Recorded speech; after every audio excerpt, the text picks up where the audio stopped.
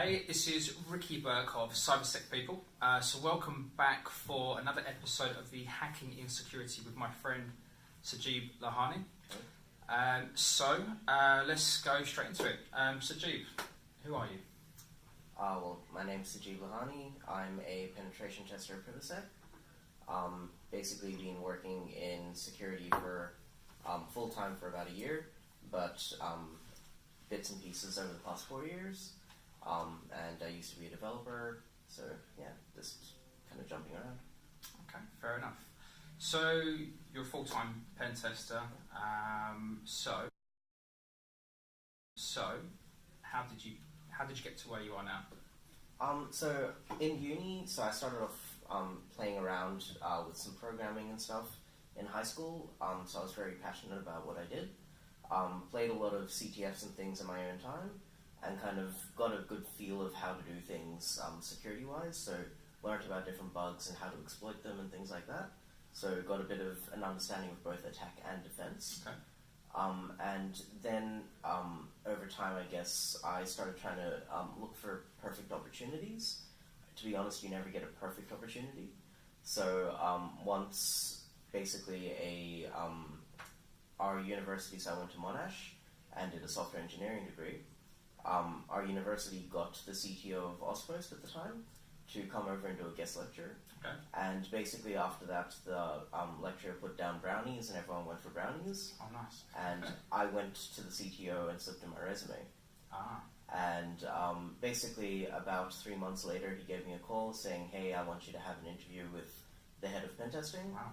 So I went, had an interview. Turns out that interview went well, even though a lot of the questions I didn't understand. Okay. And about another 3 months later, I started as a summer intern for about 3 to 4 months. So after that bit of time with Auspost for 3 months, what happened next? So after that, basically, went back into uni, working full-time actually not really working full-time, but working as a part-time tutor while doing things. Okay.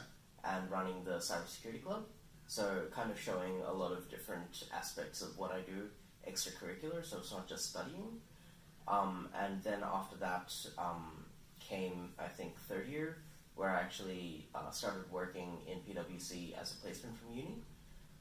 But from what I saw was I kind of had the foundation of being a pen tester, and it was a lot of fun. So I went, while I had a job secured for 6 months in PwC, I went looking for other places and found CVA.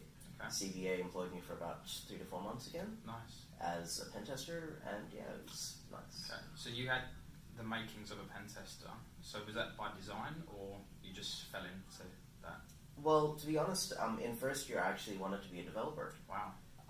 Well, I actually went for a job interview at Zendesk. I got rejected eventually, but because I was up against, so I was the first year for bachelor's, I was up against PhD and master's students, which didn't go too well. But yeah, so I didn't actually have the idea of being a pen tester because I didn't know it was a job. As soon as I found out it was a job and got talking with some people, which is where the social aspect comes in, Yeah. that's when I knew this is what I want to do. It's a blessing in disguise. You got rejected. Yeah, definitely. And when you say social element, what do you mean? So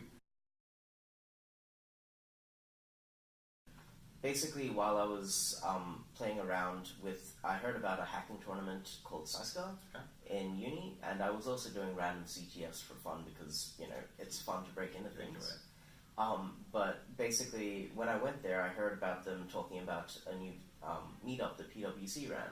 So I went to that meetup and I started meeting people who actually do this as a job, who make good money and, you know, have fancy buildings just by doing exactly what I wanted to do. So I kind of switched focus from being a developer. Like throughout all of this time, I still worked as a developer to kind of make ends meet and everything, but I still kind of went down the path of passion. Okay, cool. So you found a meetup after doing some internships. Then what happened? Then it turned into a lot of socializing. So a lot of kind of going to the meetup, just talking to people, making friends, and also to a certain extent showing off a bit of skill. Not intentionally, it was more they put down a challenge and you learn from the challenge. Yeah. But a lot of people who are more experienced will be able to see your talent purely from how you try to solve the challenges. And yeah, so I guess that kind of shone out of it and worked. So my first actual important job was in Hyvent as a junior pentester. Okay. So I was doing that while working, while doing uni full-time in Wow. honours. So it was pretty hectic. What were the hours like? 40 hours uni, 40 hours work. So it was fun. Lucky you sleep only a few hours a night then. Yeah, so it was a lot of fun. But seriously, that was a really, really cool job. So it started off as a junior. Basically, the way I started was I went to the SecTalk Slack, Yep. and there's a jobs channel there. Basically, jobs channel, a person popped up an ad saying, hey, we're looking for junior pen testers. And straight away I put my hand up saying, hey, I'm keen. Dropped him a message, he said, give me a CV. At the time I didn't know who it was. I gave my CV and gave a lot of emotional messages saying, yeah, I'm really, really keen for this. Turns out later that was the founder. I talked to him extremely informally, and turns out it worked. Yeah. I think the actual process took a month or two, maybe, and eventually had a technical interview, then had the actual interview, had a director's interview, then a founder's interview. Wow. And founder's interview had the offer. Nice. So it was nice, sweet, simple. Alright, good. Okay, so obviously you sent your CV over to not knowing one of the founders of Hyvent. So what was on your CV? So my CV was a bit more of a wild card. It's not a traditional thing. Okay. It starts off, frankly, this is going to sound a bit racist, but it starts off stating my nationality to make sure that people do understand that I am an Australian national, and they don't have to worry about a PR or anything. Then after that, it kind of dwells straight into experience and what I've done in each job. And for me personally, I actually had a pretty long CV. It was about 5 to 6 pages, where I stated what programming languages I knew and how proficient I was in each of them and some of the projects I've done in them. So as a developer, I really enjoy making tools and different scripts. And kind of, I crammed all of that into one big CV. I also popped in all the CVs I did, so these are, yeah. So before you had a full-time job, how many CVs had you achieved so far? 13. Okay, that's pretty impressive. Thank you. But yeah, so basically, I popped down as much details as I could, because a lot of them were still not public, but I still popped down as much information as I could about them, and basically my actual interview was, the last part of my interview was they took my CV and said, so this CV, what did you do there, what did you do there, what did you do there? So break it down. So yeah, they basically understood my understanding of technical aspects purely from the CVs. So it was, a really good way of transferring knowledge and understanding what's going through my head. Okay. So to me it sounds like your CV demonstrated the skills you learned and what you're passionate about. Exactly. It could back it up, not just tell someone that you're passionate about it. Yeah. Alright, cool. So you've got the job, that's all good. Now you've obviously full-time professional in this, more CVs out under your name as well. Things may have changed in the last 12, 18 months or so. So what advice would you give, let's say you've got a family member that wants to get into security. Could it be different for every area, or would you say it's a similar process, whether it's pen testing or maybe something else in security? So look, frankly, I'd say it's quite similar. From a pen testing perspective, yes, definitely you have to show your practical skills a lot more. Yeah. But the actual foundation is the same for everyone. Network, so go to meetups, talk to everyone. You might not get, everyone as welcoming, but you will definitely find a lot of people welcoming. Talk to them and network. Definitely just network. The next thing is show passion. If you can show your passion, so for me, I started off with pretty much nothing. Just a programmer with some programming skills kind of thing. The passion showed, and people saw it, liked it, and went with it. That's literally it. So show your passion, do extracurricular things to prove that passion, and show the hunger for growth, basically.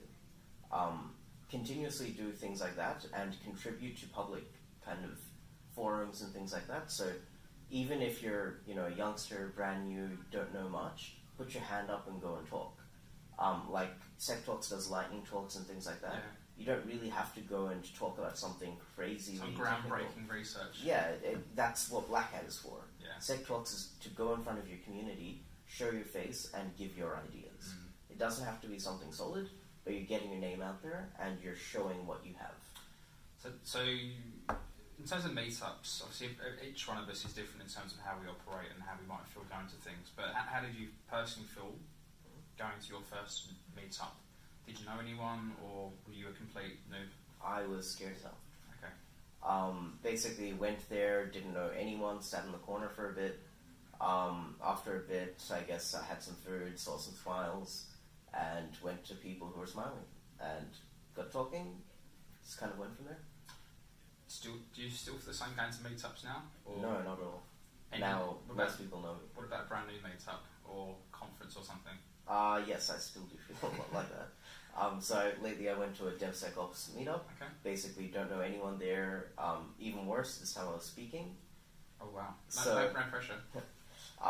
It's a lot scarier because you go there and you're the one everyone's watching. And you sit there thinking, okay, I have to at least smile to make sure I don't look out of place. So yeah, basically you have to up the nerves a bit, get in there and start talking. And very quickly kind of ease out. What would you give me any specific advice about going to a conference or meetup? What, in your opinion, what could someone do to help themselves? Deep breaths. Deep breaths. Frankly, the biggest thing is body language. Just be open. Open to talking. Don't try boasting, because do remember yes, you want to tell people what your achievements are. You want to get that job. But do remember that there are people there who have a lot of there are brilliant minds everywhere. Yeah. Learned, Kali Linux actually had a line saying, I think it was something like, the quieter you are, the more you can hear. So try to be a bit quiet, listen and learn, and you will have your time to shine. You always will. Perfect. All right, well, Sajeeb, thanks for your time. Thank you very much.